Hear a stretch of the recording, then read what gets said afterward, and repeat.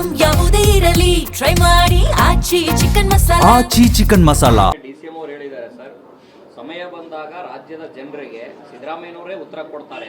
Of course ನಾನು ಅದನ್ನು ಮೊದಲಿಂದಲೂ ಹೇಳ್ತಾ ಬಂದಿದ್ದೇನೆ.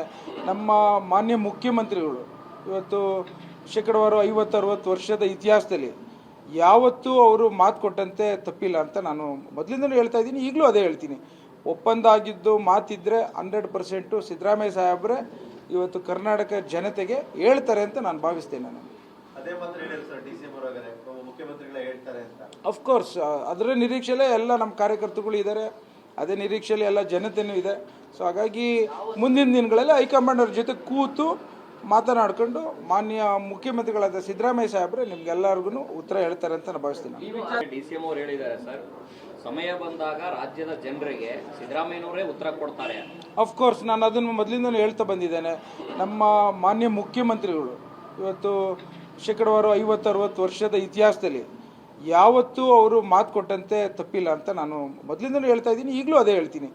ಒಪ್ಪಂದ ಆಗಿದ್ದು ಮಾತಿದ್ರೆ 100% ಸಿದ್ದರಾಮಯ್ಯ ಸಾಹೇಬ್ರೆ ಇವತ್ತು ಕರ್ನಾಟಕ ಜನತೆಗೆ ಹೇಳ್ತಾರೆ ಅಂತ ನಾನು ಭಾವಿಸ್ತೇನೆ. ಅಫ್ಕೋರ್ಸ್ ಅದರ ನಿರೀಕ್ಷೆಯಲ್ಲೇ ಎಲ್ಲ ನಮ್ಮ ಕಾರ್ಯಕರ್ತರುಗಳು ಇದ್ದಾರೆ, ಅದೇ ನಿರೀಕ್ಷೆಯಲ್ಲಿ ಎಲ್ಲ ಜನತೆಯೂ ಇದೆ. ಸೊ ಹಾಗಾಗಿ ಮುಂದಿನ ದಿನಗಳಲ್ಲಿ ಹೈಕಮಾಂಡ್ ಅವ್ರ ಜೊತೆ ಕೂತು ಮಾತನಾಡ್ಕೊಂಡು ಮಾನ್ಯ ಮುಖ್ಯಮಂತ್ರಿಗಳಾದ ಸಿದ್ದರಾಮಯ್ಯ ಸಾಹೇಬ್ರೆ ನಿಮ್ಗೆಲ್ಲರಿಗೂ ಉತ್ತರ ಹೇಳ್ತಾರೆ ಅಂತ ನಾನು ಭಾವಿಸ್ತೀನಿ. DCM ಅವರು ಹೇಳಿದ್ದಾರೆ ಸರ್, ಸಮಯ ಬಂದಾಗ ರಾಜ್ಯದ ಜನರಿಗೆ ಸಿದ್ದರಾಮಯ್ಯನವರೇ ಉತ್ತರ ಕೊಡ್ತಾರೆ. ಅಫ್ಕೋರ್ಸ್ ನಾನು ಅದನ್ನು ಮೊದಲಿಂದಲೂ ಹೇಳ್ತಾ ಬಂದಿದ್ದೇನೆ. ನಮ್ಮ ಮಾನ್ಯ ಮುಖ್ಯಮಂತ್ರಿಗಳು ಇವತ್ತು ಶೇಕಡವಾರು 50-60 ವರ್ಷದ ಇತಿಹಾಸದಲ್ಲಿ ಯಾವತ್ತೂ ಅವರು ಮಾತು ಕೊಟ್ಟಂತೆ ತಪ್ಪಿಲ್ಲ ಅಂತ ನಾನು ಮೊದಲಿಂದಲೂ ಹೇಳ್ತಾ ಇದ್ದೀನಿ, ಈಗಲೂ ಅದೇ ಹೇಳ್ತೀನಿ. ಒಪ್ಪಂದ ಆಗಿದ್ದು ಮಾತಿದ್ರೆ 100% ಸಿದ್ದರಾಮಯ್ಯ ಸಾಹೇಬ್ರೆ ಇವತ್ತು ಕರ್ನಾಟಕ ಜನತೆಗೆ ಹೇಳ್ತಾರೆ ಅಂತ ನಾನು ಭಾವಿಸ್ತೇನೆ.